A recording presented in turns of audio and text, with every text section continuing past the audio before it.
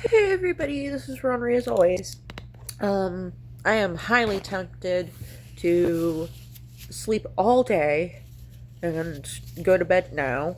Or not, immediately now, but like take my meds now and go to sleep when they kick in. It is 10:09 in the morning. So let's not do that.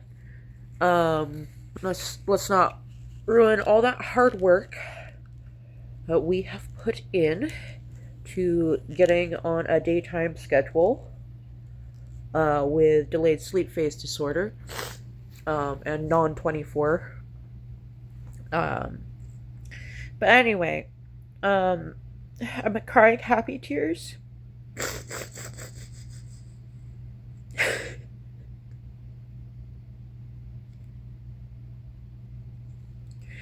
I made a video earlier about how I'm very scared due to the custody battle and the custody process and all that. Um, I don't want to become another statistic, so I'm doing everything in the correct order. I recently sent a text message to the woman who taught me science in high school, who adopted my firstborn. And I asked her, hey, can you and your wife take in my son if I don't get custody? And, um, my ex is going to prison and all that. Gave that as context and all that. So I was like, can you take in my son to raise alongside my daughter if I don't succeed in getting custody? And they said, absolutely. So I got that text message back today. Uh, it's all. I'm just persistent. I'm persistent and gentle. And I've been texting her every month or so. Ever since, um, ever since our daughter, I guess. Yeah, I guess that's what we call her. Our daughter, the little girl I gave birth to, that they adopted, as in like they are more her mom than I am. Um, I just gave birth to her. They're the ones raising her. That's the hard part. Anyway, um,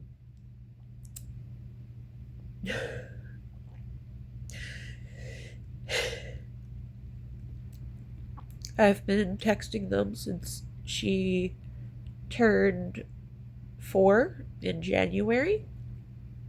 And then in March, their middle child, so my daughter's older brother, and my daughter is my firstborn, so it's one of their kids. Um, their middle kid, my child being the youngest, passed away of cancer. And the entire town was rooting for him. It was really sad. And of course, me without Facebook was one of the last to find out. And my dad was the one to break the news to me when we went to karaoke night one night. Thank God somebody told me, so I didn't keep texting her without knowing. That would be awkward. Uh, so I've been gently sending her love, strength, and support, and gently letting her know how the legal processes have been going, both for justice for our daughter, who was victim 2 in that playlist that I put together recently, the one labeled Texas 2021. Um, she was victim 2, I was victim 1, and there's a victim 3, who was a minor at the time. She was 17. Um, and who knows who else I could get justice for. But anyway, my daughter being victim 2, even though she was not born yet, she is seen as her own person in Texas. So, getting justice for my daughter is a separate thing from getting justice for myself, which is secondary to getting justice for her. I don't give a shit if two of the charges just don't make it to court because they're him against me, despite all the evidence, as long as they charge him for crimes against the unborn, because she was an unborn victim. So I've been gently letting them know without letting them know too much detail, no trauma dump, just how things have been going. And the more trauma dumpy stuff I've been telling to the DSS worker, the DSS worker who worked with me, my ex-wife, and my son before the divorce and during the divorce. So that if anything happens to me, there is a DSS record of what's been happening in a journal format. She doesn't reply to me. That's not her job. She's not paid to. That's okay. For all she knows, the text messages I'm sending her, Kristen, the DSS worker, for all she knows, they're manipulation. So until I go to court, she can't believe me. It's against the law to believe me. In her head, she can believe me all she wants, but she can't do shit about it, Anyway, if I pass away or anything like that, at least there's a record of what's been going on. So my son can get justice as well. Because he's been used as a pawn in the abuse against me from my ex-wife.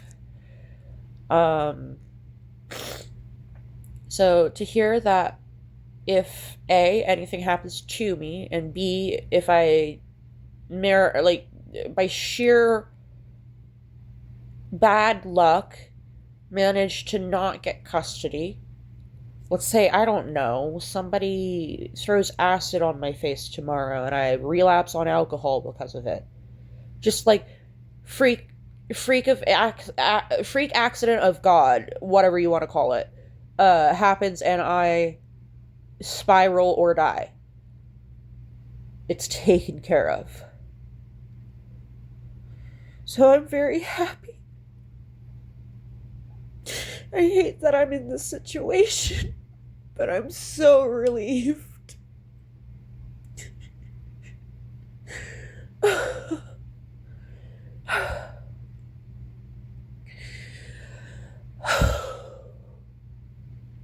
So, the reason she texted me back today is because I just texted her this morning to let her know I'm going on vacation very soon. By the end of the summer. I'm not announcing the date until I'm safely there and possibly back again. I don't know. I might not.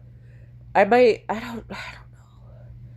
I will post limited content until I return home, like I do for any road trip or any kind of trip. Anyway, I texted her this morning, the mother, the woman who taught me science, who adopted my baby because I was too sick and homeless to take her home.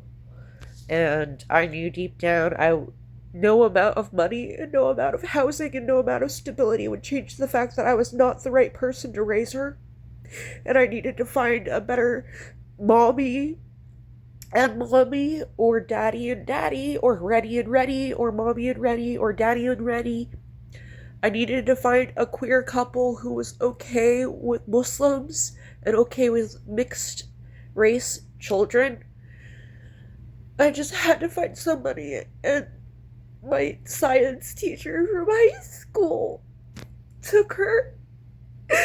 So I can trust her personally, not just on paper.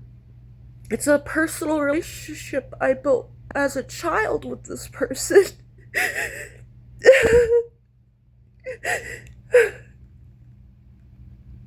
I just want what's best for my children. I need to blow my nose. I was gonna put you on the ring light, but it's all the way over there. Sorry. So, yeah, I am very relieved and very tired, and I have no money, and I'm very small.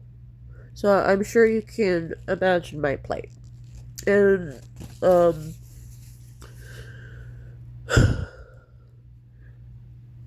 I might as well wash off my makeup at this point. It was really nice. It was really pretty. I like it. I still like it. But I need to wash it off. So I will see y'all in the next one. Love you. Bye.